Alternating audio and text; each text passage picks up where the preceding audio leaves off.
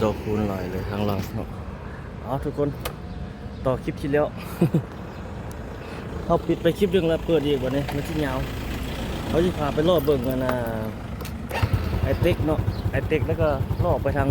ท่าหลวงแล้วก็ทอดออกไปจุไตหมดเลยพามาคนในแรงนี่จะเป็นยังไงคือเรียนจากบ้านเขาเบิ่งไอเต็กนี่มีบูธเบียร์ได้ไงเขาเจ้าว่ามีบูธเบียร์เขาเจ้า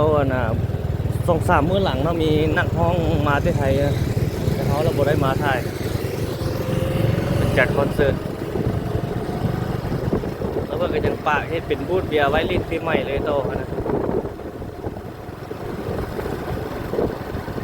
สบายดีตอนแรงต่อจากคลิปที่แล้วเด้อทุกคนเลยวันนี้เป็นแรงของมื้อวันที่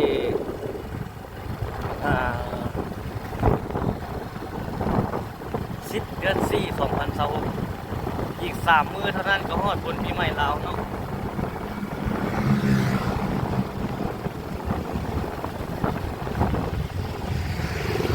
โอ้รถ2 คัน3 คันไงก็ต้องไปลิน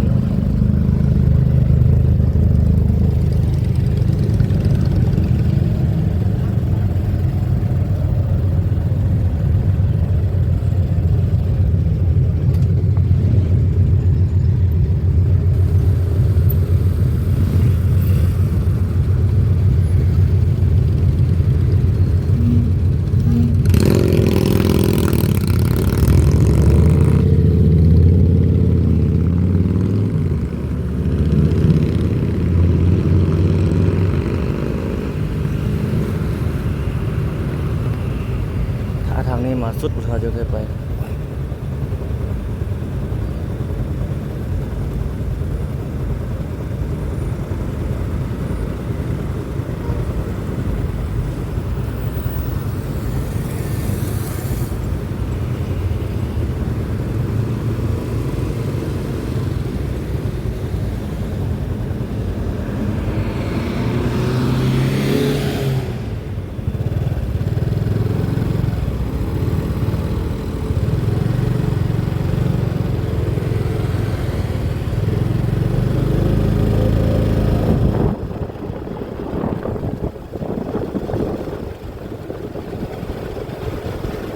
นี่เป็นถนนตรงไปนาเด้อทุกคน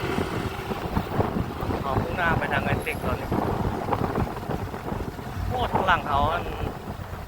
ตะเวนกำลังตกดินในข้างหลังมหาลัยเขาเจ้าได้กินเลี้ยง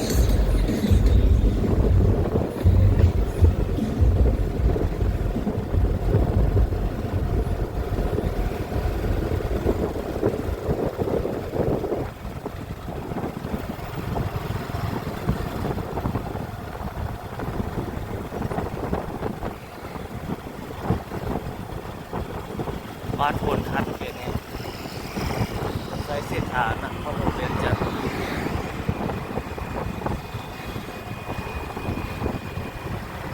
ปรับปรุงกล้อง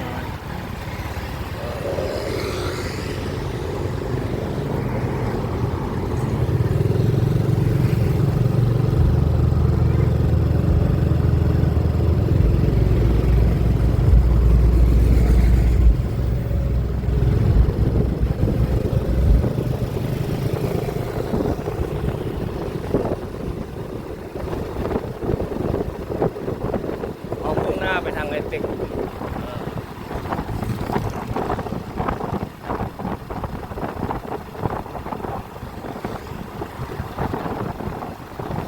และสื่อก็เข้าบึงท่าหลวงบึงท่าหลวงนี่ที่มีพูดเบียร์บูมีที่เราพูดแน่ใจคือกันน่าจะบูมีเนาะบึงท่าหลวง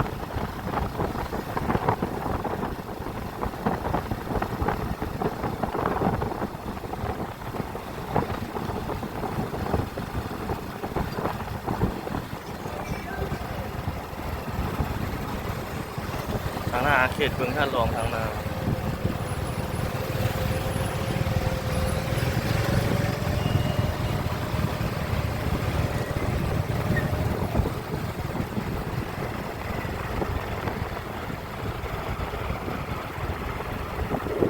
ดี๋ยวเข้าไปเบิ่งท่านหลวงว่ามีบูธเบียร์บ่ปีใหม่นี่ถ้ามีเพิ่นก็เกียมตังค์เนาะแต่ว่ามีบ่มีเดี๋ยวไปเบิ่ง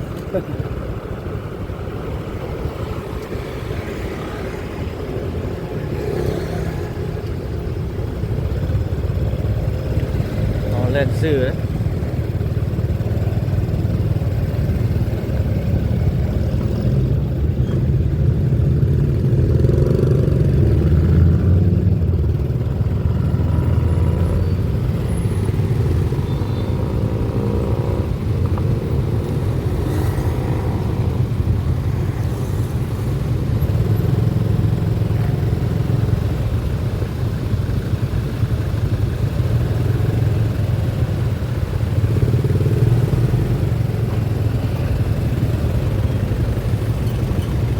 เล่นซื้อเข้าไปเบิ่งท่านหลวง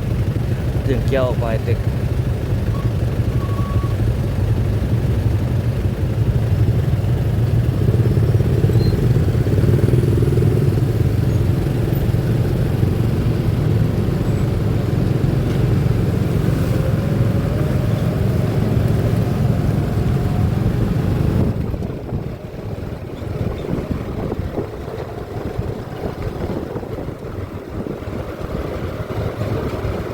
นี่เข้ามาทางเขตบึงท่านหลวงเลย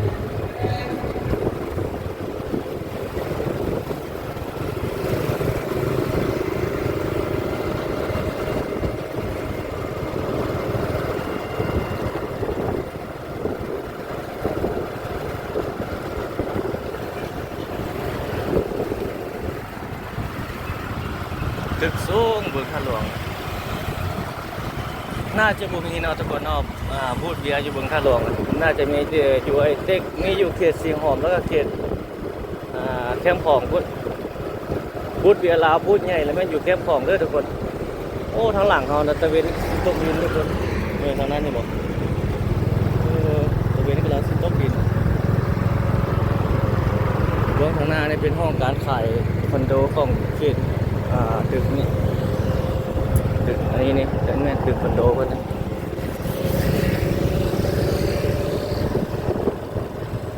เมื่อนั้นก็มีหลายตึกอาคารนะ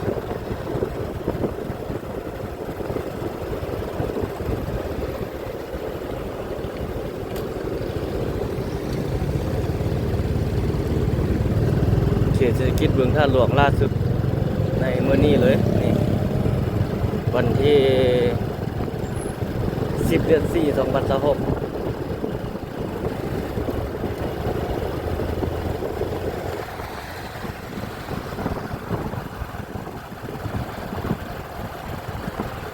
โอ้นี่ก็จะถมดินนะกำลังเฮ็ดใหม่แบ่งปักดิน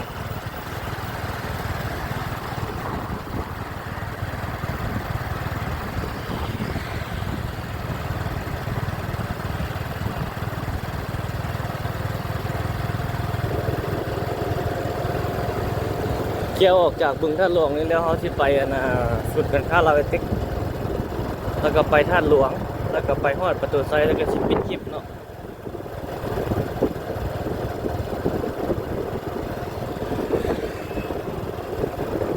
เดี๋ยวทางไปแบบนั้น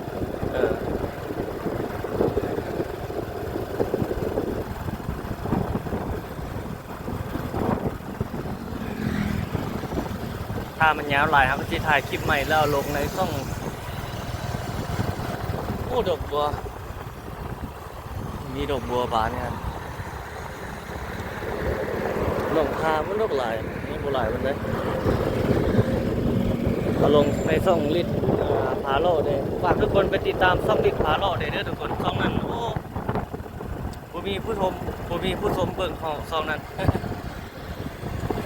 ฝากเข้าไปสปอร์ตช่องนั้นเลยเขตบึงท่าหลวงล่าสุดทุกคนขี่เข้ามาโลกมาชมตัว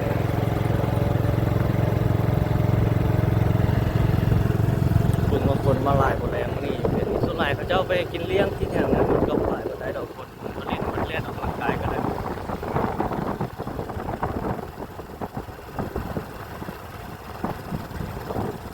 ถ้าเป็นมื้อปกติท่านหลายอยู่เลยแต่นี่เขาจะผ่อนไปซื้อไปกินเลี้ยงบริษัทเนาะแต่กูมีเวลาเอามาเล่นมาโลดแบบนี้หรอกช่วงนี้นะ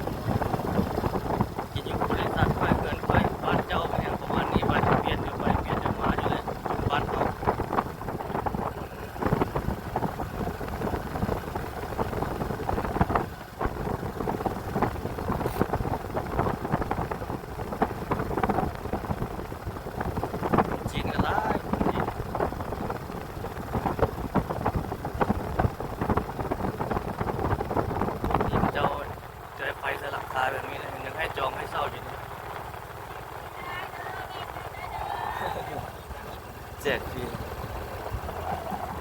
เราแจกไม่ยังมีส่วนโอ้ผู้สาว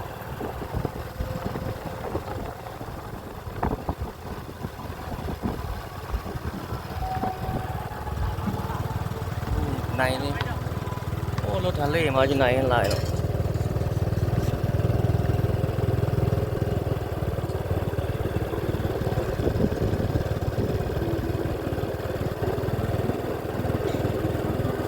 อาหารหลายเนี่ยหลายอย่างอยู่เขาจะเอามาขายอยู่ไหน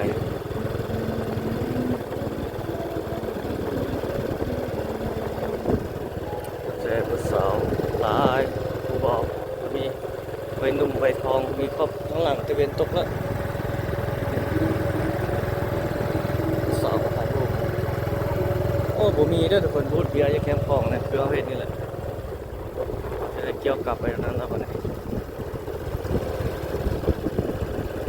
มีเพิ่นรัดนะโอ้สาวอยากออกกำลังกาย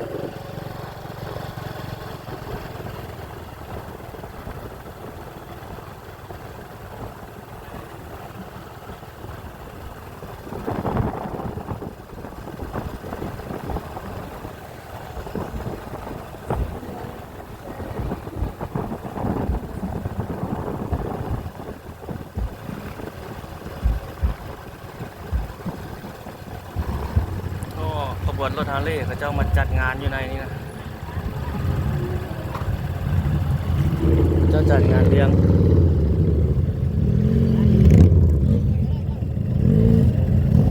เต้มงอยู่ไหน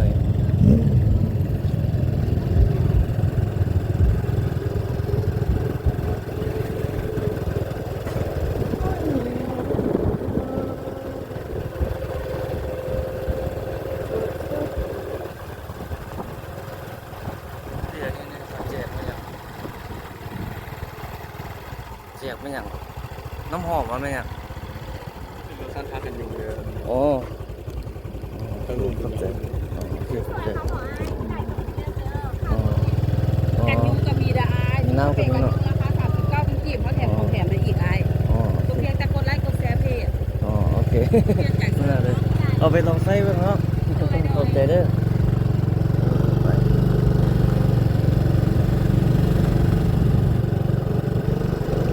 อันนี้ยุงเขาเจ้ามักเอาไปขายอยู่นั้นนำอีกเนาะอยู่นะอยู่นั้นเนี่ยคนเอาไปแจกอยู่ตลาดอันนั้นสุดแล้วเอาไปนะอยู่ตลาดหนองเมี่ยวอ่ะ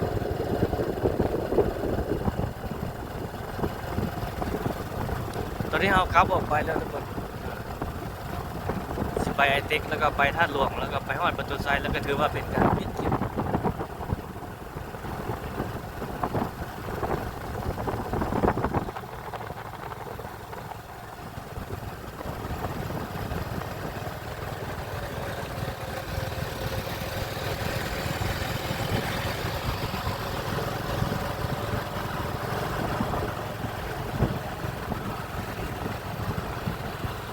นี่เบิ่งท่าหลวงในยามแรงๆ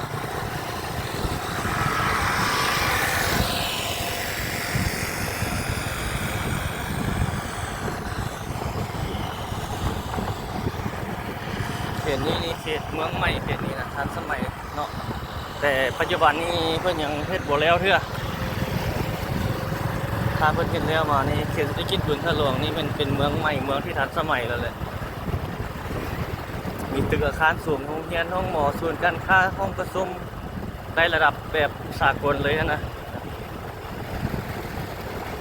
ก็โครงการของเพิ่นก็บรรลุมาได้ประมาณนี้แล้ว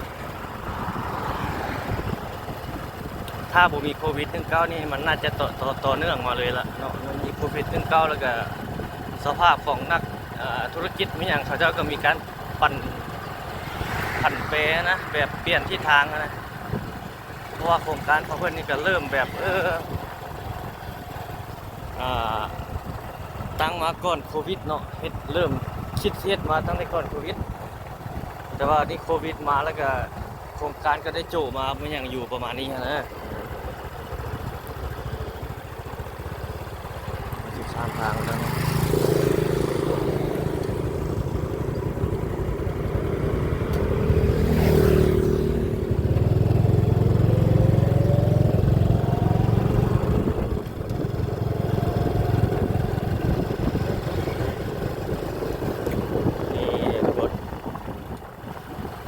อาสมบ้านเฮา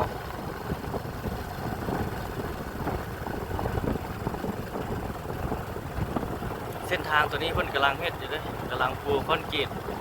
ต่อเนื่องมาจากจุดนั้นอีกรถกันนะทางดีแล้วแหละเพิ่นเฮ็ดแล้วก็โอเคแล้วเฮ็ดกำลังเฮ็ดคอนกรีตอยู่แบบนี้นี่กำลังเสริมเหล็กเสริมอย่างอยู่นี่เฮ็ดฮอดทันแล้วเนาะ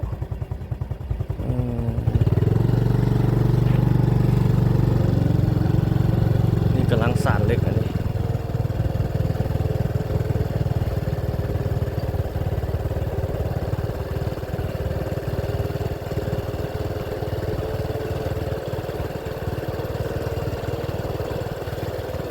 กำลังแปลงอยู่นี่แต่ก่อนเป็นทางยางแล้วมันลุบเขตนี้เป็นเขตเศรษฐกิจของเพิ่นเด้อทุกคนกำลังสร้างอยู่นี่ข้างในมันกีทรายเต้ผนังกอง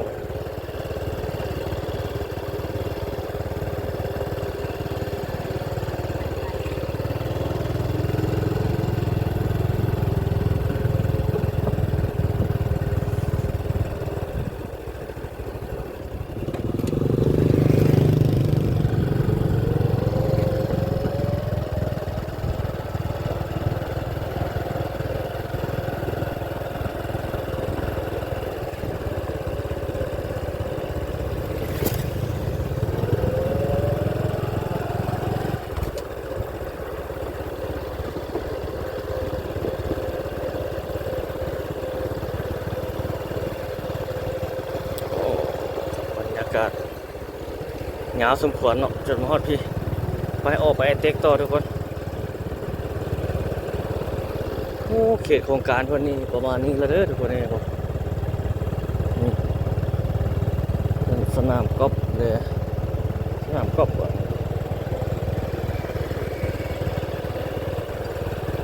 แต่เบิดอันนี้ทางมันโบนั้นเด้อตอนนั้นประเทศเป็นทางคนยางแล้ววันนี้รถเที่ยวรถบรรทุกเที่ยวบ่เที่ยวบ่ได้เพราะว่าโครงการเพิ่นในเขตนี้ต้องได้ใช้รถบรรทุกกันเที่ยวเพื่อการซ่อมแปลงพัฒนาโครงการของเพิ่นนี่แหละ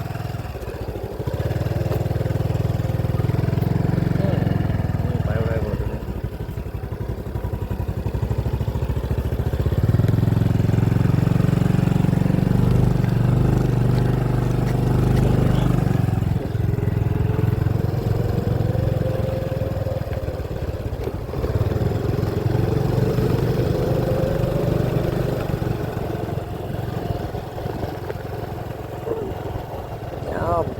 เขตโครงการ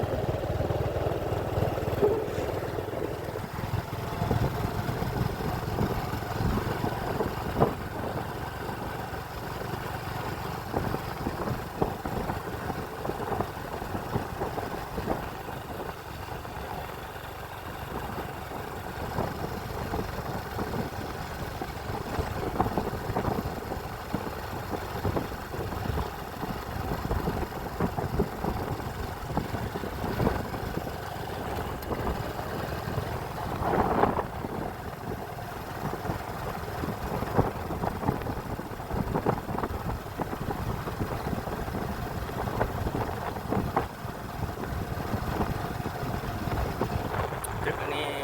เปิดให้จองให้เช่าให้ขายได้คอนโดมิเนียม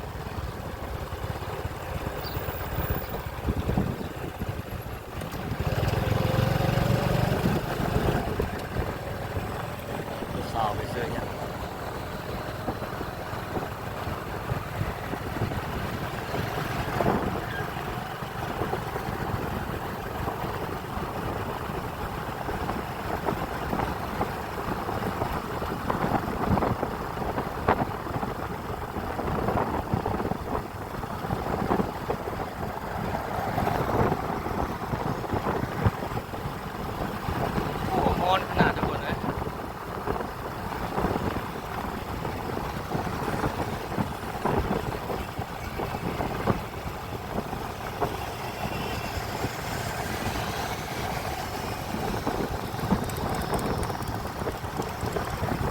ช่วงนี้มันเป็นปีใหม่นี่เป็นเฮือนแต่ละเฮือนแต่ละบริษัทแต่ละห้างนี่กินเลี้ยงหมด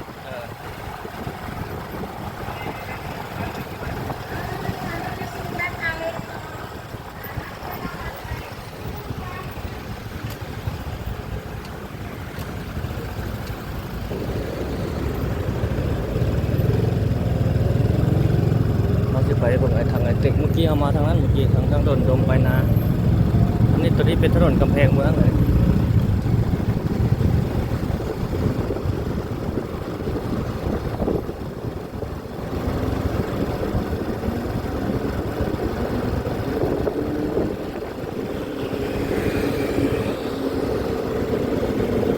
เดี๋ยวขายเลย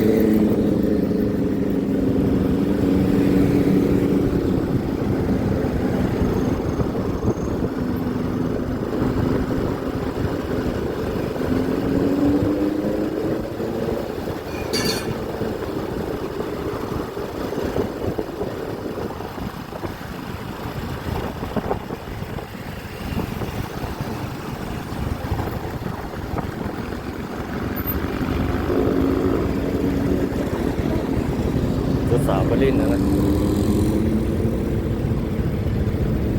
เบอร์นั้นบิ๊กซี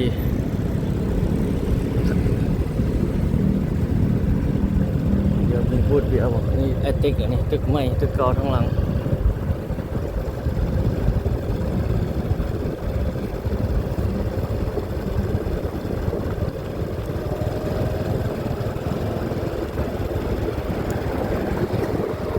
โอ้ยังมีบูธเบียร์อยู่ด้วยทุกคนเลยสามารถมาลีนมาม่วนได้เลย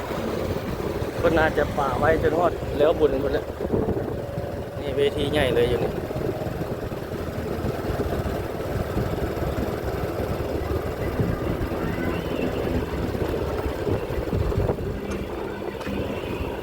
นี่ก็จะเปิดมีเวทีดินน้ำอยู่นี่นะ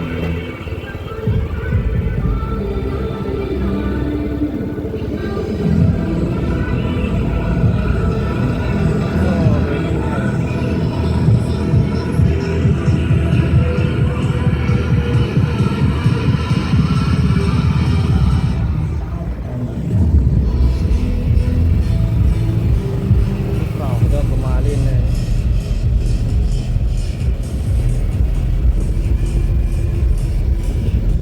ทางเทิงก็จะก็ขายเครื่องขายอย่างประมาณนั้น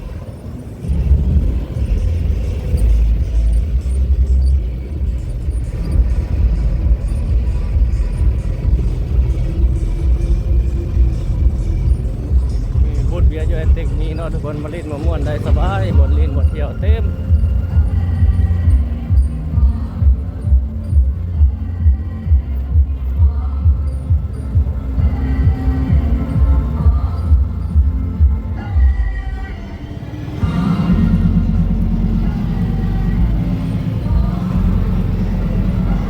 สาวหลายเนาะสาวเวียงจันทน์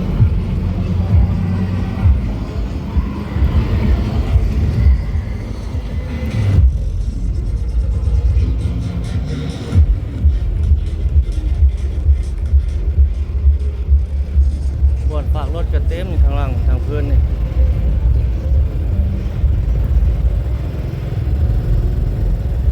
รถเมล์เขียวจอดอยู่นี่หลายเนาะเบียร์ที่ก็จอดอยู่นี่ก็มีเป็นบ่อนจอดรถ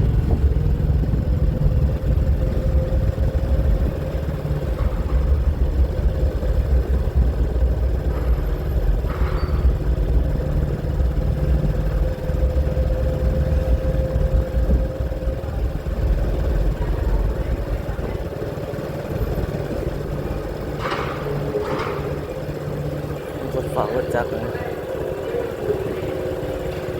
แต่เราจะผ่านไปทุกคนอันนี้มื่นเสาเพิ่นลงตลาดอยู่นี่นี่ตลาดทั่วไปผักมีสีนางนี่บูธเบียร์อยู่นี่ลินน้ำลินในสบาย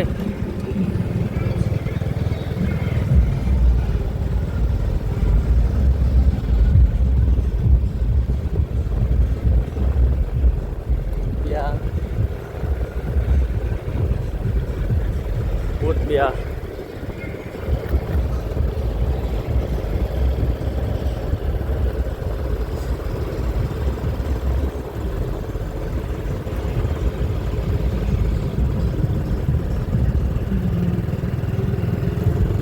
ไปแล้วทุกคนตอนนี้เรา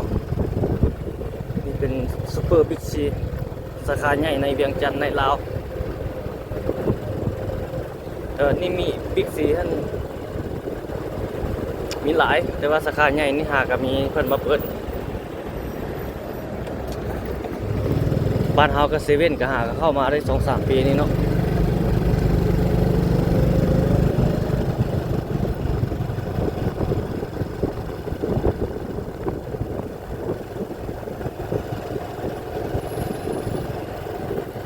โอ้ยจะหดน้ำหญ้า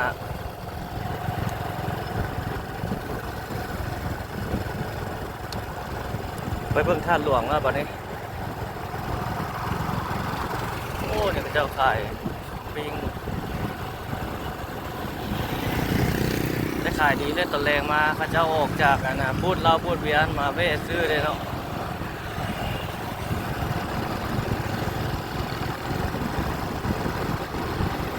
โอ้เนี่ยเปิดใหม่มาทานนี่ยูลาเลย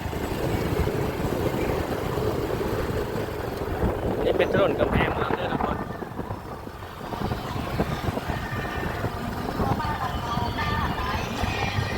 เขาเจ้ากินเรื่องบริษัทนั่นเราเวอร์เรา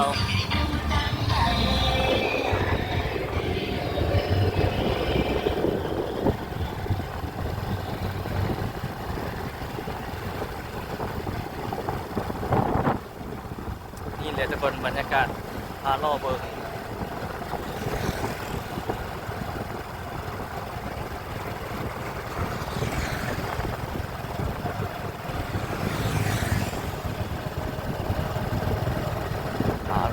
รอบสม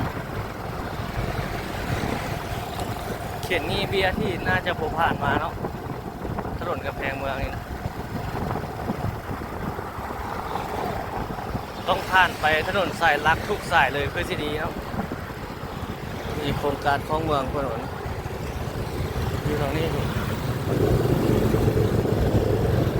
พระเจ้ากินเลี้ยงหลายบริษัท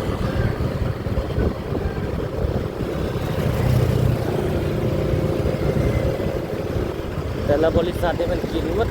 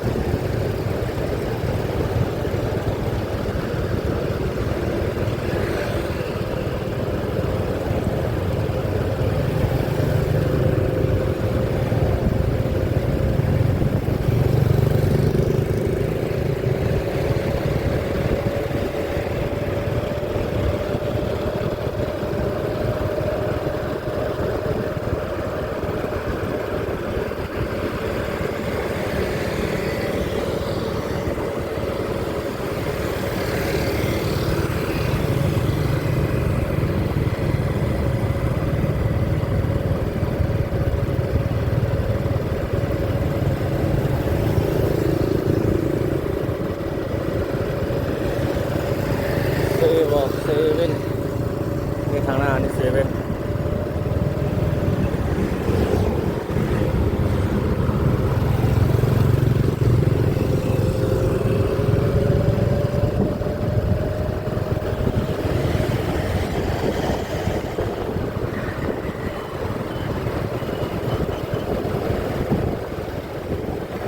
คนโกนเลือกตาม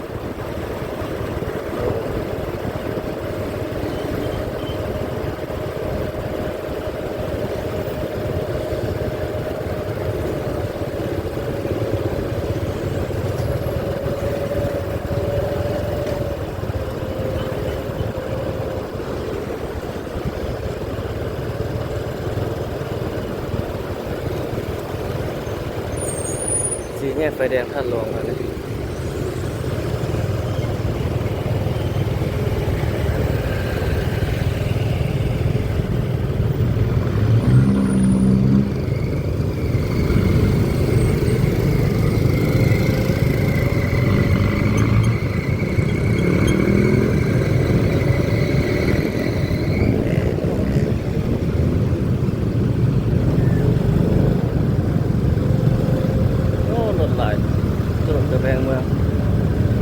เข้าด้านหลังท่าหลวงซอดออกข้างหน้า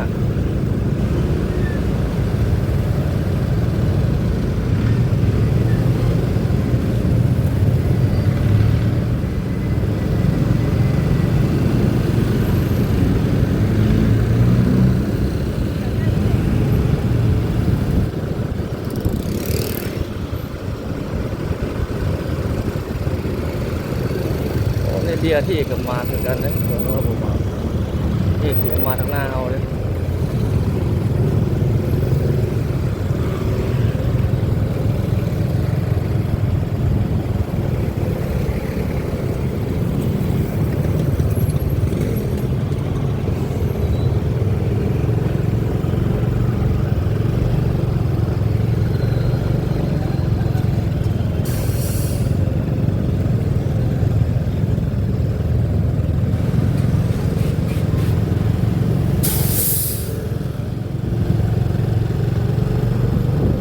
เข้ามาด้านหลังท่าหลวงกัน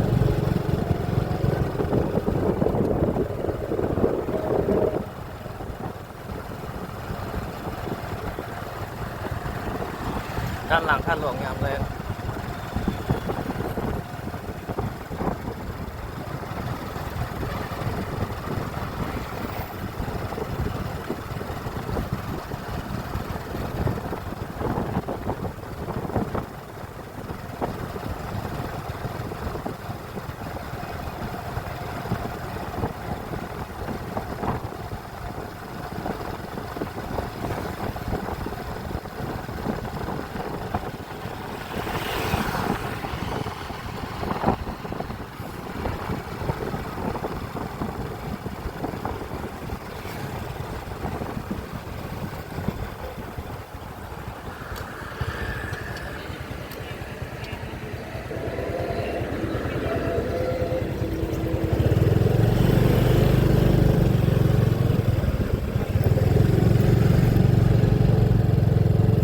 โอ้ทางไหนมันเปิดในมื้อนี้วันสิ้นเลย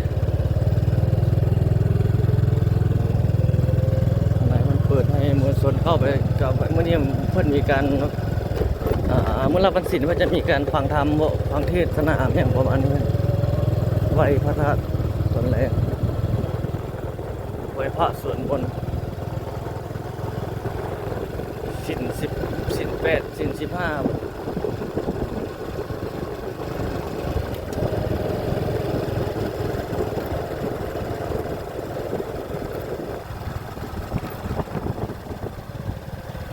เอามาฮอดเขตเดินพระธาตุหลวง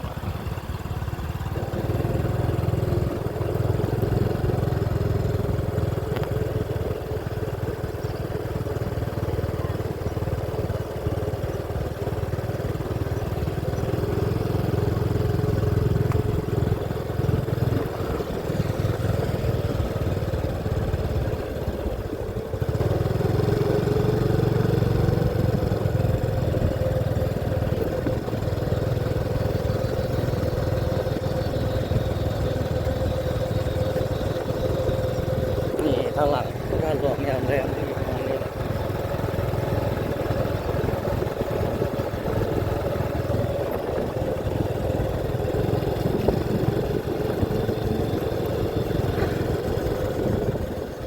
เดินมีคนมาแย่งมาเล่นลายอยู่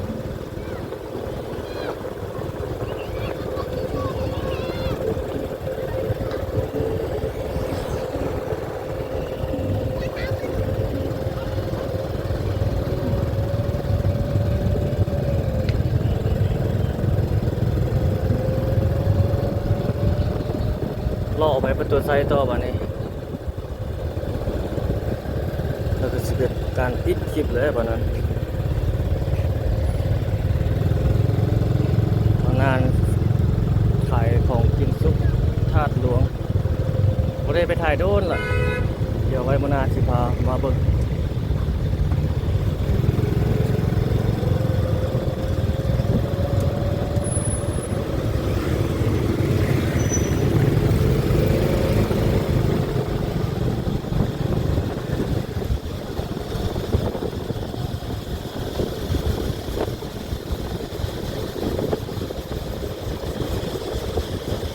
จากเขตเศรษฐกิจเมืองท่าหลวงเข้าสู่เข ขตประตูไซเขตท่าหลวงพาเบิ่งเวียงจันทน์บ้านเฮา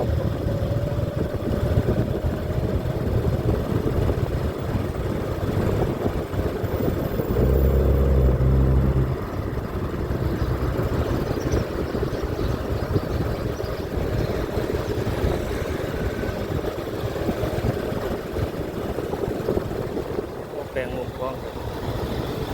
เสร็จถนน23 สิงหานี่เบื้องหลังจะมาแต่ทางท่าหลวงมุ่งหน้าไปทางประตูไซเนาะ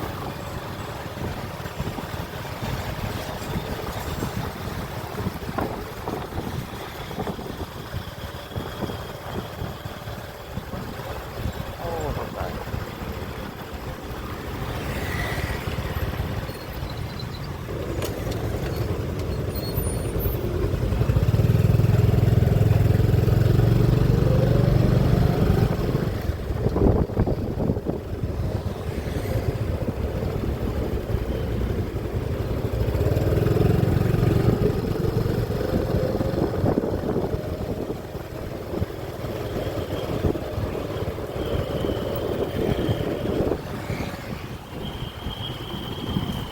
ตามสบายรถ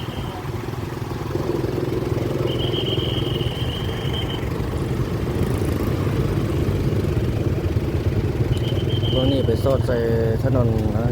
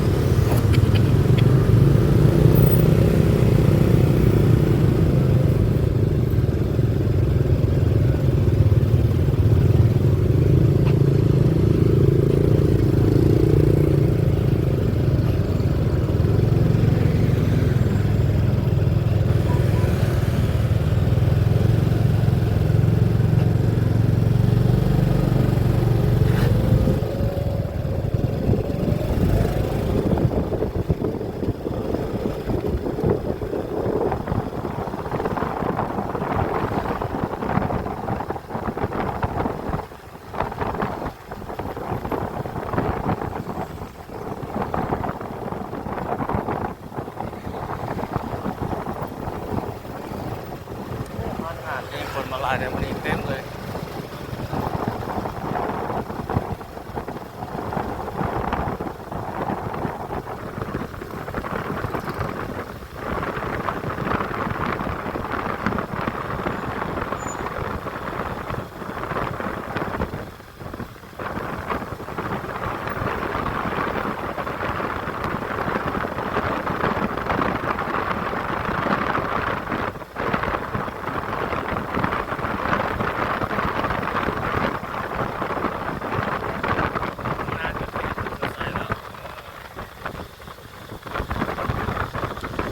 คลิปนี้ที่ประมาณนี้แหละพี่จะเขียนโอ้เสียงจักจันทร์ของหลายขนาด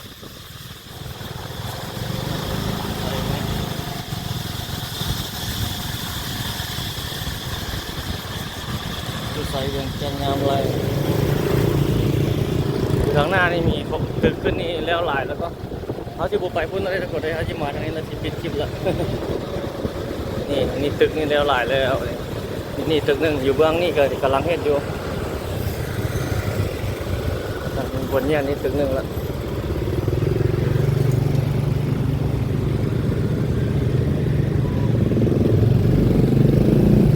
เดี๋ยวเราประมาณนี้ละถัดมานี่อีกตึกหนึง